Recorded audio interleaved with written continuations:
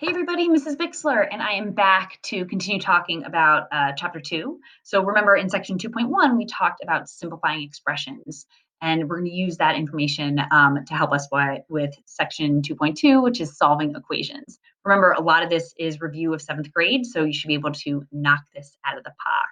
All right, so remember, one of the most important rules about solving equations is the golden rule. I tried to make this a beautiful golden background, but it looks a little green and sickly, but still pretend it's beautiful.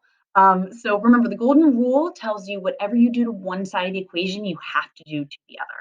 So make sure that you keep that equation balanced and you will be golden. All right, other rules of thumb for solving equations, you always want to make sure that you simplify each side of the equal sign first. So make sure that you only have one variable on each side of the equal sign. Then you're going to move all of your variables to one side of the equation. And then finally, you're going to isolate the variable, and that's where the solving comes in. All right, so here is our first problem. I want you to pause the video, and then we're going to come back and walk through it together. Go for it.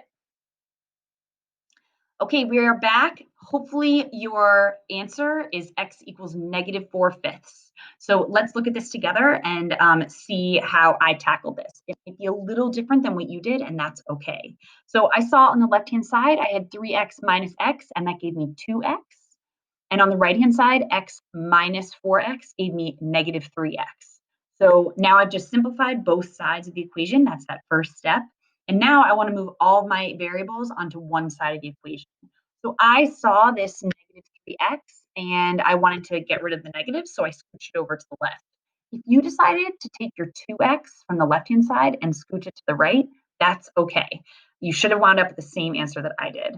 So I added 3x to both sides, and that gave me this 5x. And then I knew that I had a nice little two-step here. So I know I need to isolate this variable term. So that's my term with the variable in it. So I'm going to subtract 10 from both sides. And then we've got a one-step equation, baby. I've got 5x equals -4. I want to isolate this variable. So x is being multiplied by 5. So I'm going to divide both sides by 5. So your answer is the kind of messy, but still a number, fraction -4/5. If you didn't get this right, pause the video and go back and just double check and see where you might have missed something. So when you see a problem like this one, you might be like, 2/3 m equals 7. What? Don't freak out. So m is a variable, and we are still trying to isolate this variable. M is being multiplied by 2/3. So the opposite of multiplying by 2/3 is dividing by 2/3. So I can divide by 2/3, but yuck. Remember, dividing by a fraction is the same thing as multiplying by the reciprocal. And the reciprocal is when you switch the numerator and the denominator. So the reciprocal of 2/3 is 3/2. So I'm going to multiply the left-hand side by 3/2. And I'm also going to multiply the right-hand side by 3/2. So look what happens on the left. 3 times 2 is 6. 2 times 3 is also 6. Oh, anything over itself is uno. So I'm left with 1m on the left-hand side. I've just isolated it, which is amazing. And now let's look on the right-hand side. So technically this is a 7/1. So 7 times 3 is 21, and 1 times 2 is 2. So 21/2 is a top-heavy fraction, but as long as it's fully reduced, you're good. Yeah, done. So we have just now tackled that problem. So let's make it a little bit harder.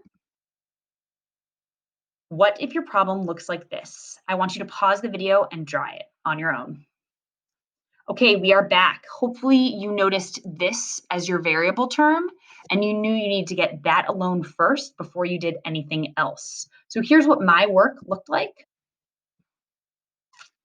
So I got this 2/3 m by itself by subtracting 10 from both sides. So my 10 dropped out and I'm left with 2/3 m equals -3.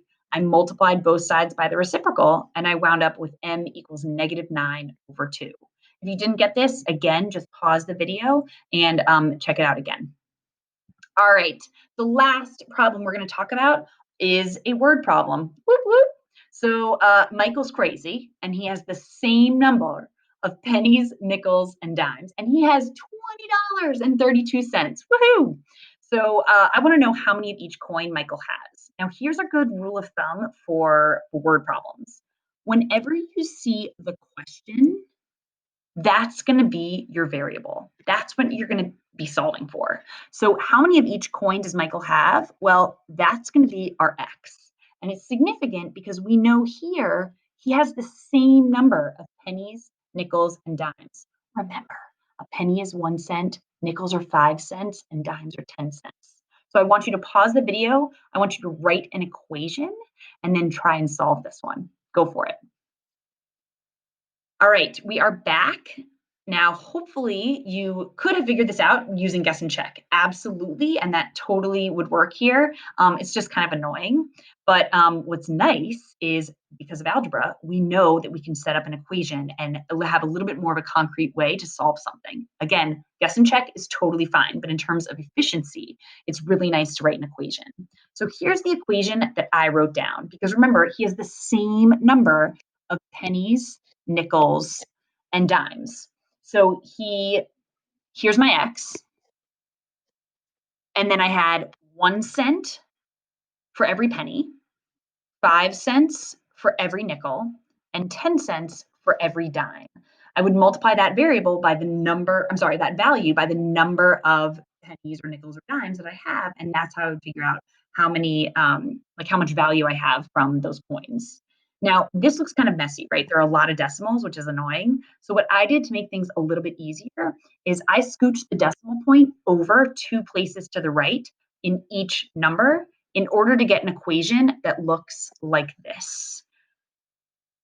And so this looks a little bit nicer. So what you can do from this point on is you combine your like terms on the left-hand side, and then you solve for x, and that's it. So go ahead and tackle worksheet 2.2, and we will see each other soon. Good luck. You got this.